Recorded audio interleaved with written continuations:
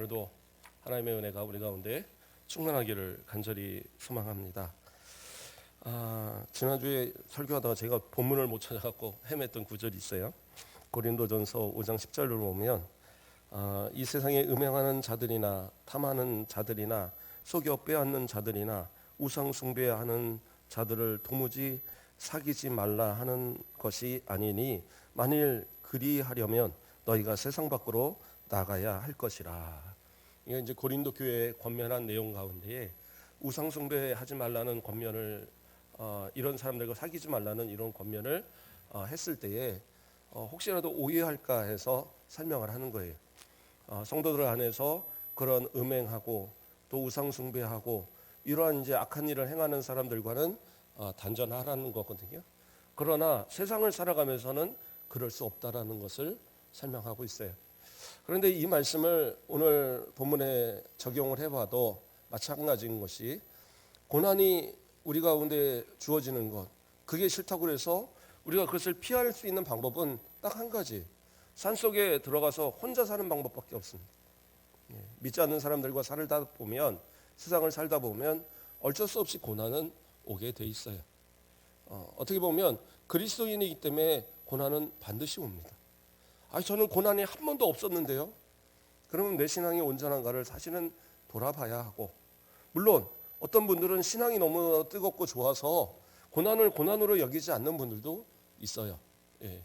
그런 분들을 보면 참 뭐라고 그럴까, 참 믿음이 좋고 신실하고 정말 흠잡을 데가 없는 그런 성도다라는 생각이 드는 분들이 가끔은 있습니다.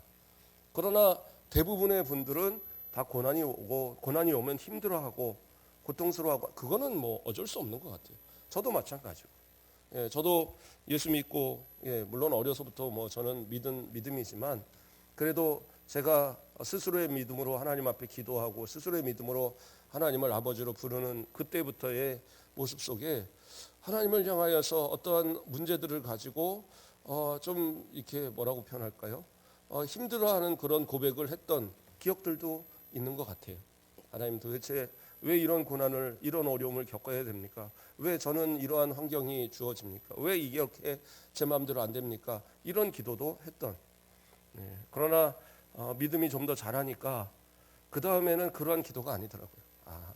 그래, 하나님께서 계획하심이 있는데, 하나님께서 원하시는 뜻이 있는데, 그래, 조금 기다려보면 하나님께서 더 선한 길로 인도하시겠지. 그런 이제 마음이 새겨지더라고요. 물론 지금도 불쑥불쑥 어떠한 것들이 마음대로 안 되면 왜 이래 라는 이런 마음은 들다가도 또 하나님 앞에 다시 엎드리면 그래, 내가 또 인간적인 모습이 나왔구나, 하나님이 해결하실 텐데, 이런 이제 마음들이 쌓여져 가는 것 같아요. 자, 어쨌든 세상을 살아가면서 오는 고난, 시련, 마음의 어떠한 근심, 이러한 거리들은 분명히 다 오게 된다라는 사실이. 그것이 왜 그러느냐? 이것이 바로 로마서 8장 17절에 보면 자녀이면 또한 상속자 곧 하나님의 상속자여 그리스도와 함께 한 상속자니 우리가 그와 함께 영광을 받기 위하여 고난도 함께 받아야 할 것이니라. 이렇게 말씀하고 있어요. 이게 이유예요. 더 큰 영광을 위해서, 하나님께 더 큰 상을 받기 위해서, 저 하늘의 상급을, 저 영원한 천국을 소유하기 위해서 당연하게 따라오는 것이 바로 이 고난이다라는 거라는 것을 말씀하고 있는 거예요. 그러므로 고난이 꼭 나쁜 것만은 아니다. 고난이 무조건 다 싫은 거다, 그건 아니다라는 거예요. 이것을 통해서 분명히 우리가 더 하나님과 가까워지고 하나님의 그러한 원하는 성도의 모습으로 변화되어져가는, 거듭나져가는 그러한 분명히 원동력이 되는 것이 또한 고난이 되기도 하는 겁니다. 그러므로 우리는 이 고난에 대해서 우리가 좀 더 깊이 생각해 볼 필요가 있어요. 그래서 우리가 당하는 이 고난이 어떤 것으로 인해서 오는 고난인가, 이런 것도 우리는 생각해 볼 필요가 있습니다. 물론 예수님 믿어서 오는 고난, 그래요, 이 고난이 얼마나 힘든 고난인데 반드시 이겨야죠, 하나님 힘 주시면 이길 겁니다, 저 믿음으로 이기겠습니다, 이 말은 참 좋은데 그 고난이 왜 오는지에 대한 것도 우리는 분명히 판단해야 된다는 얘기입니다. 때로는 고난이 내 잘못, 내 실수, 내 욕심 때문에 오는 경우들이 있어요. 문제는 그걸 깨닫는 사람은 회개라도 하는데 깨닫지 못하는 사람은 무조건 이것이 그리스도를 위한 고난이라고 착각하고 산다는 거예요. 이게 문제인 겁니다. 그래도 베드로전서 4장 15절에서 16절 말씀을 보면 너희 중에 누구든지 살인이나 도둑질이나 악행이나 남의 일을 간섭하는 자로 고난을 받지 말려니와 만일 그리스도인으로 고난을 받으면 부끄러워하지 말고 도리어 그 이름으로 하나님께 영광을 돌리라. 이렇게 말씀하고 있어요. 그러니까 고난은 고난인데 어떠한 고난은 자기 잘못 때문에 있는 고난들이 있다라는 거예요. 그 고난은 받지 말라는 거예요. 왜 굳이 죄를 범하고 악을 범하면서 그것을 인해 고난을 받고 그 고난으로 인해서 이것이 그리스도를 위한 고난인 것처럼 그렇게 가장하면서 그렇게 사냐는 거죠. 그건 올바른 고난 아니다라는 거예요. 그리스도를 위해서 당하는 고난. 말 그대로 나는 어떠한 죄나 그런 악한 것에 내가 현혹되거나 그것에 빠진 것이 아닌 진짜 주님을 위해서 내가 살려고 몸부림치는 가운데 그 가운데 오는 고난, 그거는 견뎌내라는 거예요. 오히려 그거는 복된 고난이라는 겁니다. 하나님이 그러한 자들에게 복을 주실 거니까. 제가 예전에 어떤 이제 방송에서 한번 나오더라고요. 시사 프로그램, 그런 어떤 고발 프로그램 뭐 이런 데서 나오는데 어떤 장로님입니다. 이름만 얘기하면 다 알만한 그런 아주 유명한 장로님이에요. 큰 교회를 짓는데 그 모든 걸 다 이렇게 처음에 되기도 했고 뭐 나중에는 이제 뭐 돌려받았다고 얘기를 들은 것 같은데 어쨌든 이름 있는 그러한 분이세요. 근데 이분이 큰 불법에 연루가 돼서 재산이 다 날라갔어요. 또한 그 감옥도 살고 그랬는데 그런 어떤 추징금이나 이런 걸 다 냈느냐? 거의 안 냈어요. 뭐 내긴 냈겠죠. 많이 냈는데 그래도 아직도 많이 남았는데 안 냈습니다. 어떻게 했느냐? 그 모든 재산을 다 법인으로, 종교 법인으로 다 돌려놓은 거예요. 그리고 거기서 나오는 수익으로 자기는 잘 먹고 잘 사는 거예요. 자기가 살고 있는 집도 상당히 멋있는 집이에요. 크고. 그것도 다 그 법인으로 돌려놔서 그래서 자기는 하나도 거기서는 빼앗기는 게 없어요. 그리고는 나와서 간증을 하는 겁니다. 세상에서는 그 악한 사람들이 내 재산을 다 뺏어나가려고 했지만 하나님이 지켜주셔서 이렇게 잘 지내고 있다. 근데 참 마음이 아팠어요. 물론 참 존경받던 장로님이시고 존경받던 사업가예요.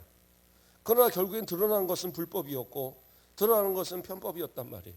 그것을 인하여 죄에 대한 값을 치르는 것을 마치 그리스도를 위해서 고난당하는 것처럼 그래서 하나님이 결국에는 자기 재산 복을 이렇게 지켜주신 것처럼 그렇게 말하는 거 보고 참 상심을 했어요. 그걸 보면서 많은 사람들이 뭐라고 얘기하겠어요. 그리스도인들 말만 잘하고 다 저렇게 뒤로는 저러는구나 이런 생각할 거 아니에요. 차라리 모든 이 벌금이고 뭐 추징금이고 다 내놓고 그리고 나서 구멍가게 하나 하면서 하나님께서 은혜 주셔서 지금 이 구멍가게에서 이렇게 편안하게 삽니다. 차라리 그런 어떤 고백이 더 좋은 거지. 그 큰 거 다 가지고 떵떵거리면서 살면서 제가 이 벌금으로 뺏기지 않고 추징금으로 뺏기지 않고 이렇게 누리고 삽니다. 하나님의 은혜입니다. 성도들이 아멘. 의미가 없는 거예요. 그래서는 안 된다. 그러니까 세상 사람들이 성도들을 욕하는 거예요. 다 그렇지 않는데 그런 몇몇 분들 때문에. 물론 자신은 억울할 수 있어요. 자신은 아니라고 생각할 수도 있습니다. 그러나 그 조금이라도 불법이 있고 조금이라도 어떤 세상 가운데 지탄을 받을 만한 그러한 모습이 있었다고 한다면 그 책임을 감수하는 것도 분명하게 감수해야 되는 거예요. 피하려고만 한다. 그래요. 자기는 피할 수 있을지 모르지만 자기가 피하면 어떻게 해요? 그 모든 고난, 그 모든 모욕은 주님이 당하시는 거예요. 주님이 당하시지 않도록 내 죄, 그 죄에 대한 값은 내가 치러야 되는 거죠. 그리고 주님 앞에 기도하여 엎드릴 때에 하나님이 주신 은혜를 가지고 그 받은 은혜를 가지고 자랑해야죠. 저는 그게 옳다고 봅니다. 자, 다시 말씀으로 돌아갑니다. 그러므로 베드로 사도도 분명히 이야기합니다. 그러한 악한 일로 인해서 고난 받지 말고 주님을 위해서 고난 받는다면 부끄러워하지 말고 오히려 담대하게 그 고난 받으라고 말씀하고 있는 겁니다. 그러므로 우리가 이 고난을 또 즐겨 받을 수 있는 이유는 뭐예요? 분명히 말씀하시는 것처럼 우리는 저 영원한 천국을 상속받는 그런 상속자들이니까 이 땅에 뭐 그 자잘한 뭐 이런 거 돈 이런 거에 우리의 마음 뺏기지 말고 그런 것 때문에 뭐 불법 이런 거 행하지 말고 그 고난 그거 피하겠다고 거짓으로 뭔가를 하려고 하지 말고 차라리 묵묵하게 하나님의 은혜로 이것을 이기겠습니다. 그것을 견뎌내면 그러면 하나님이 분명히 이겨내고 복 주시는 은혜를 체험하게 된다라는 거예요. 예전에 그 일제 강점기 때 그 기독교인들 가운데 상당히 많은 핍박을 받았던 그런 안희숙 여사 그 권사님에 대한 그런 일화가 있어요. 이제 그분한테 뭐 그런 얘기를 어떻게 참고 어떻게 그 일본 사람들 이런 사람들을 용서하고 그렇게 하십니까? 라고 얘기하니까 그분이 그런 얘기를 했대요. 사랑은 이 악물고 하는 겁니다. 그랬대요. 주님이 원수도 사랑하라고 하셨으니까 이 악물고 합니다. 그래서 감히 뭐 이렇게 함부로 대적하지 않고 그 고난 다 감수하면서 신앙 지켰다라는 거예요. 진짜 고난 그리스도를 위한 고난은요, 감수하는 겁니다. 그렇게 했을 때에 결코 하나님께서 그냥 넘어가지 않으세요. 반드시 그 고난의 값을 우리 가운데 복으로 주시고 그 고난을 행한 자들에겐 반드시 하나님이 갚으세요. 이 땅에서 혹시 잘 먹고 잘 살아도 결국엔 어떻게 해요? 천국이 그들에게 소유되지 않아요. 그러므로 우리는 오히려 그 고난 당하는 것을 감사하고 기뻐할 수 있는 것이 우리들의 모습이 되어야 된다는 거죠. 또 우리가 고난 당할 때 이 고난에 대해서 또 생각해야 할 것은 뭐냐? 하나님께서는 이 고난을 능히 유익으로 바꾸실 수 있는 능력이 하나님이라는 사실을 우리는 믿어야 되는 거예요. 그렇지 않는다면 우리가 당하는 고난, 힘들고 어려운 것으로 끝난다면 우리는 어떻게 했어요? 진짜 억울한 사람들이죠. 근데 하나님께서는 반드시 그 모든 것을 통하여서 우리 가운데 더 유익된 길로 인도하신다라는 거예요. 그래서 로마서 8장 28절을 보면 우리가 알거니와 하나님을 사랑하는 자 곧 그의 뜻대로 부르심을 입은 자들에게는 모든 것이 합력하여 선을 이루느니라 이렇게 말하고 있어요. 그러니까 여기서 모든 것이 합력하여 선을 이루느니라 그러니까 성도들이 서로 협력해야 되나 보다 그 말이 아니에요. 우리 삶의 모든 것들 고난이든 때로는 뭐 어떤 시련이든 그 모든 상황을 다 통틀어서 하나님께서 그것을 잘 어우러지게 해서 그걸 합쳐서 뭐예요? 선한 길로 가도록 인도하신다는 거예요. 그게 하나님의 역사예요. 우리가 생각할 때는 고난 당하는 게 싫어. 우리가 생각할 때는 어려움 당하는 게 싫어. 이렇게 생각할 수 있는데 하나님은 그 고난의 모든 것까지 다 그것을 다 짜맞추셔서 그 은혜의 길, 하나님께서 우리가 성공의 길, 우리가 복된 길로 나아갈 수 있도록 그 탄탄한 기초를 만들어 가시는 거예요. 그래서 이것이 다 합쳐졌을 때에 아름다운 그러한 온전한 성도의 모습으로 하나님께 칭찬받는 기쁨이 되는 그러한 복된 성도의 모습으로 바뀌어 있다라는 거예요. 그렇기 때문에 우리는 어떻게 해요? 고난도 우리 가운데 유익이 될 수 있다는 사실을 우리는 분명히 알아야 합니다. 제가 여러 번 설교하면서 얘기했던 예이지만 요셉의 경우가 딱 그거예요. 요셉은 억울하게 종살이를 했고 억울하게 감옥에 들어갔어요. 형들에게 팔려서 종으로 팔린 것도 억울한데 거기서 자기가 한 건 열심히 일하고 주인 배신하지 않은 것밖에 없는데 그 부인한테 억울한 누명 써갖고 감옥에 갔잖아요. 그러면 인생 다 포기하고 이 감옥에서 썩다 죽나 보다 그럴 텐데 그러지 않았어요. 그 감옥에서도 최선을 다해서 자기가 할 수 있는 일들을 행할 때에 어떻게 해요? 그 요셉의 일생에 있어서 형통이라는 순간이 딱 두 순간인데 언제나 그 바로 종으로 활동할 때, 종으로 그 일할 때와 감옥에 있을 그때에 딱 형통이란 말이 성경은 나와요. 그가 요셉일 그러니까 그 뭡니까 청리가 되었을 때 그때 그 형통이란 말 나오지 않습니다. 그가 아버지 밑에서 자랄 때 형통이라는 말이 나오지 않아요. 언제 형통이냐? 그가 가장 힘들고 고통스럽고 괴로울 그 고난의 자리에 그때 형통이라는 단어가 2번이나 나와요. 근데 중요한 이유가 뭡니까? 거기에 보면 바로 여호와께서 그의 범사에 형통하게 하심 이렇게 나와요. 또 여호와께서 그를 범사에 형통하게 하셨더라. 2군데가 다 뭐라 그래요? 하나님께서 형통하게 하셨어요. 그 형통하게 하신 거를 뭐 요셉만 그래 하나님 나를 형통하게 하시나 보다 느낀 게 아니에요. 주변 사람들이 그를 보고 느낀 거예요. 아니 저 고난의 자리에 있는 저가 왜 이렇게 형통하지? 그래서 보디발 장군이 자신의 모든 재산을 그 요셉에게 맡겨 그것을 주관하게 했어요. 왜? 그가 하나님께서 형통하게 하시는 모습을 보니까 그가 맡아야지 복이 되겠구나. 간수가 그 안에서도 그 열심히 그 신앙을 지키는 믿음을 지키는 그 요셉의 모습을 보면서 하나님께서 그를 형통하게 하심을 보고 자신의 모든 것들을 그 감옥 안의 모든 사물을 다 이 요셉에게 맡기게 되었어요. 주변 사람들이 인정할 수밖에 없게 되는 그런 모습. 오히려 고난을 주는 자, 오히려 방해하는 자, 회방하는 자, 이러한 사람들이 오히려 인정하고 결국에는 그를 중용할 수밖에 없는 그러한 모습. 그게 고난을 대하는 성도들의 자세다라는 거예요. 왜요? 하나님께서 그 모든 것을 아빠요? 선을 이루실 거니까. 그러니까 이거를 믿지 못하면 고난이 힘들 수밖에 없어요. 괴로울 수밖에 없어요. 그러나 이 고난의 끝에 하나님 반드시 복 주실 것을 믿는다면 그렇게 실망하거나 우리가 괴로워하거나 원망하거나 그런 일이 있을 수가 없다라는 거죠. 하나님 앞에 한번 조용히 진짜 힘들 때 조용히 한번 엎드려 기도해 보세요. 하나님께 기도하면 하나님께서 다 응답하시거든요. 근데 왜요? 내가 기도하지 않으니까 응답 못 받는 거예요. 하나님이 주시는 능력, 그 힘, 그 기도의 응답 가지고 나아가면요 어떤 고난도 반드시 이길 수 있어요.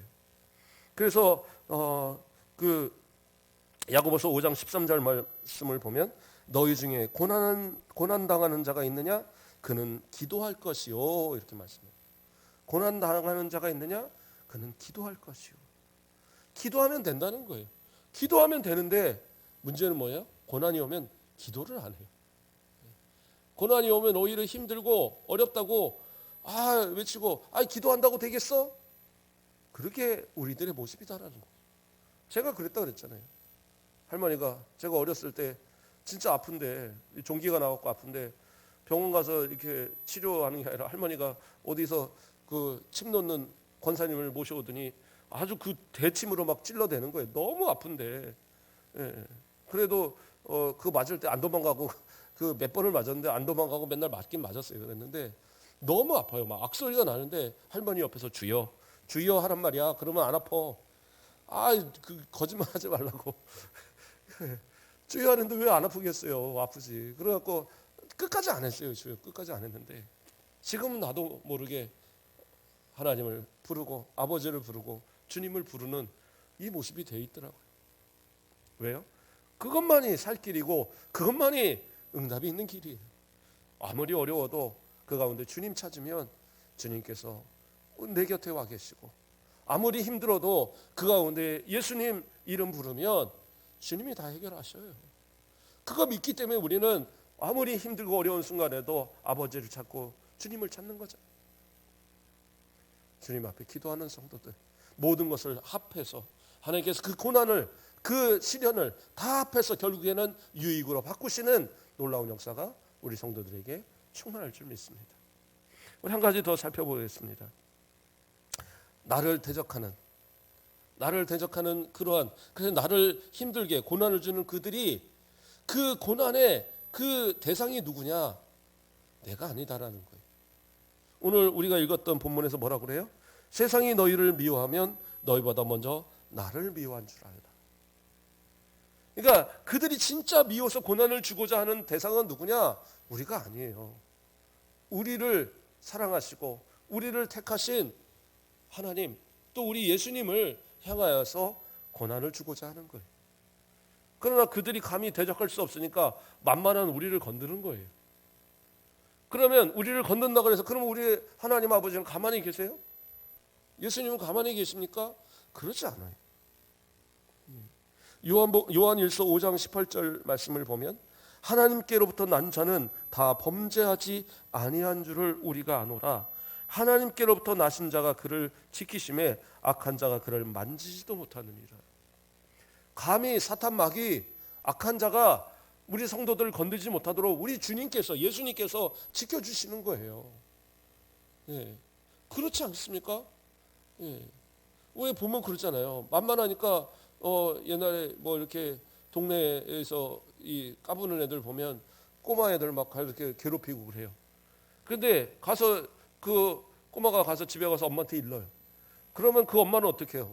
거의 뭐 원더우먼처럼 그 때리는 애 집으로 쫓아가잖아요. 문 열고 쫓아가서 어디 우리 귀한 아들을 때리냐고, 귀한 딸을 때리냐고 가서 그냥 발칵 뒤집어 놓잖아요. 예. 우리 하나님도 마찬가지예요. 하나님의 사랑하는 자녀인데 예수님도 마찬가지세요. 자신의 피값으로 사신 성도들인데 감히 누가 건듭니까?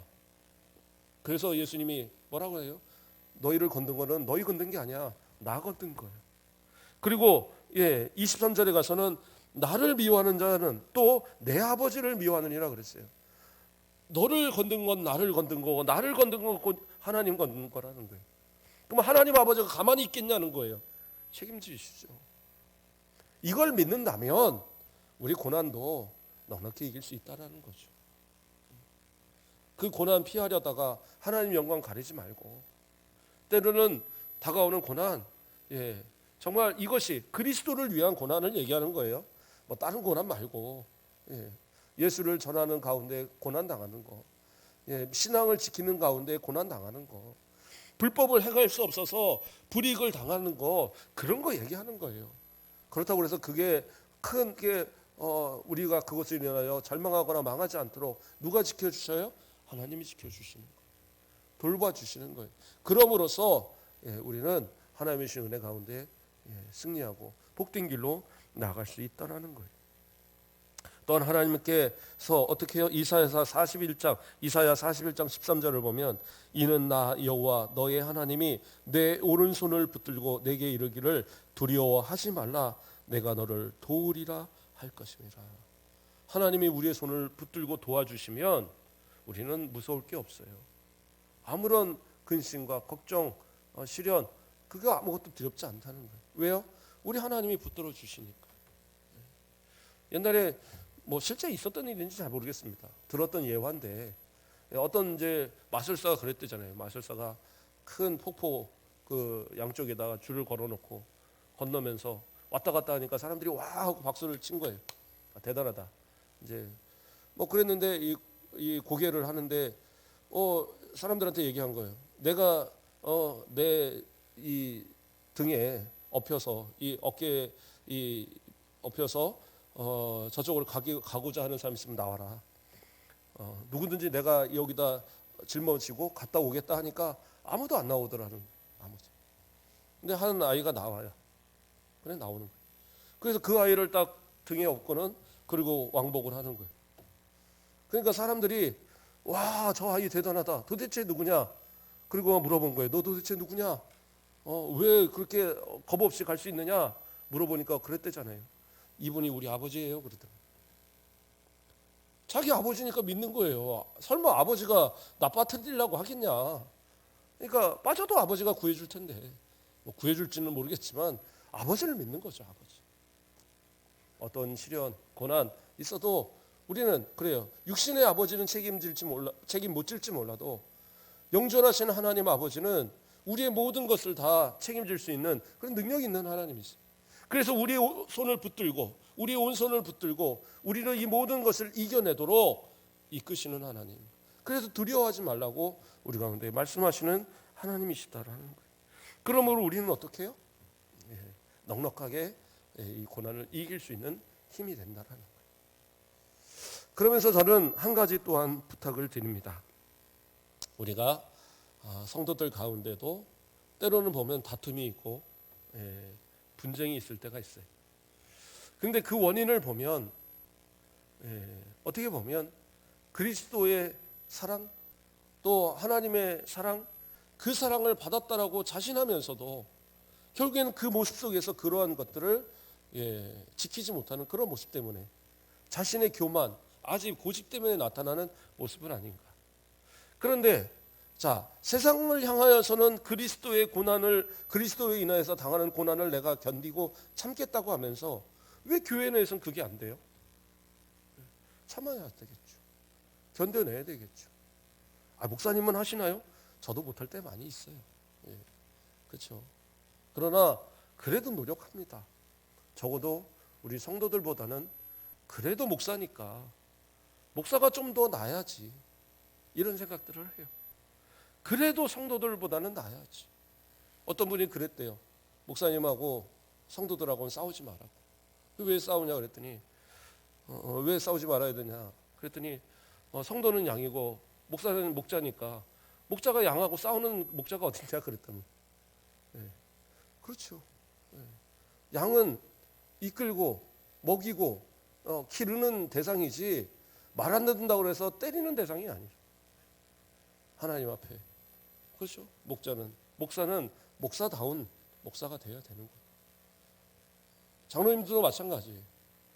장로님들이니까 성도들이 힘들게 하고 괴롭게 하고 고통스럽게 해도 그거 다 감싸는 거예요. 어쩔 수 없어요. 하나님 그러라고 장로 세웠으니까. 권사도 마찬가지. 집사하고 싸우면 권사가 지어야 되는 거예요. 어디서 이 나이 어린 권사가 나이 어린 집사가 덤벼 이럴 치면 안 돼. 그냥 받아줘요. 내가 오히려 더 나이 많은 권사면 젊은 권사에게도 더 긍휼을 베푸시고. 왜요? 내가 더 크게 하나님께서 세우신 자잖아요. 더 중한 직분 맡기셨잖아요. 그러면 더 많이 용서하고 더 많이 감싸고 더 많이 안아주는 그런 모습 되어야 되는 거예요. 안수집사도 마찬가지고. 내게 먼저 직분 주셨으면 그 직분의 무게를 충분히 감당할 수 있는 그런 모습. 때로는 억울하게 네가 장로야? 네가 집사야? 네가 권사야? 네가 목사야? 그래도 감당해야지 어떻게 하겠습니까? 저도 때로는 그래요. 진짜 악물고 용서할 때도 있었어요. 진짜 악물고. 도대체 저 사람이 나한테 왜 저러나? 그런데도 불구하고 참고 견뎌낼 때도 있었어요. 근데 결국엔 어떻게 되냐? 하나님께서 다 해결하시더라고요.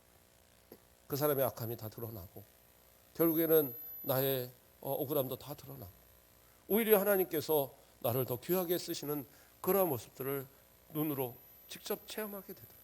우리 성도들은 마찬가지. 그래야 교회는 더 평안하고 하나 되는 거예요.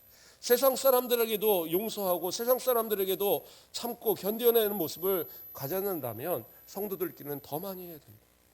저는 그렇게 생각합니다. 요한일서 4장 8절 말씀에 사랑하지 아니하는 자는 하나님을 알지 못하나니 이는 하나님은 사랑이심이라 이렇게 이야기하고 있어요. 뭐예요? 내가 진짜 하나님을 사랑하고 진짜 예수님을 사랑한다라고 말한다고 한다면 그 사랑으로 사랑하고 용서하고 그리고 베푸는 그러한 모습이 있어야지. 내가 작은 시련 때문에 원수되고 그것은 세상 사람들과도 그래도 안 되겠지만 그리스도 안에서는 더 그래서도 안 되는 서로에게 있어서 오늘은 혹시 얼굴을 붉혔어도 내일은 이 악물고 또 다시 사랑하는 거예요. 그게 성도들의 모습이다. 시편 119편 71편 71절에 고난 당하는 것이 내게 유익이라 이로 말미암아 내가 주의 율례들을 배우게 되었나이다. 고난 당하는 것 그리스도로 인하여 고난 당하는 것은 유익이다라고 성경은 가르쳐요. 저와 여러분들 고난 그래요. 싫어하지 말고 그래요. 고난 좋아하는 것은 아니지만 그러나 그리스도를 위한 고난이라면 좀 더 담대하게 그것을 맞이하시고 또 성도들을 향하여서 참아야 되는 고난이라고 한다면 그래요. 내게 더 큰 직분 주셨으니까 그것으로 아멘으로 하나님 앞에 순종하고 그리고 더 많은 사람들을 향하여서 그리스도의 사랑으로 품어갈 수 있는 그런 우리 모든 성도들 되길 주님의 이름으로 축복드립니다. 기도하겠습니다. 사랑의 하나님, 감사를 드립니다. 우리를 사랑하여 주시고 고난의 자리에서도 언제나 주님의 돌보시는 은혜로 그리스도의 사랑으로 하나님의 그 우리의 오른손을 붙들어 주시는 그 능력 의지하여 이제까지 견디고 이겨갈 수 있도록 인도하셨음을 감사를 드립니다. 이제까지 도우신 하나님, 이제까지 사랑하신 예수님의 그 사랑을 힘입어서 앞으로도 우리는 이 고난 가운데서도 주님의 사랑을 드러내고 또 우리의 믿음의 형제들 가운데 더 하나 되어져서 이 고난 당하고 힘든 이 세상을 그리스도의 사랑으로 연합하여 더 힘있게 함께 이겨갈 수 있는 우리 모습들, 더 나아가서 많은 힘들고 고난 가운데 괴로워하는 이들을 주님의 품으로 인도해 갈 수 있는 복된 우리 성도들 되도록 축복하여 주시옵소서. 감사합니다. 예수 그리스도의 이름으로 기도드립니다.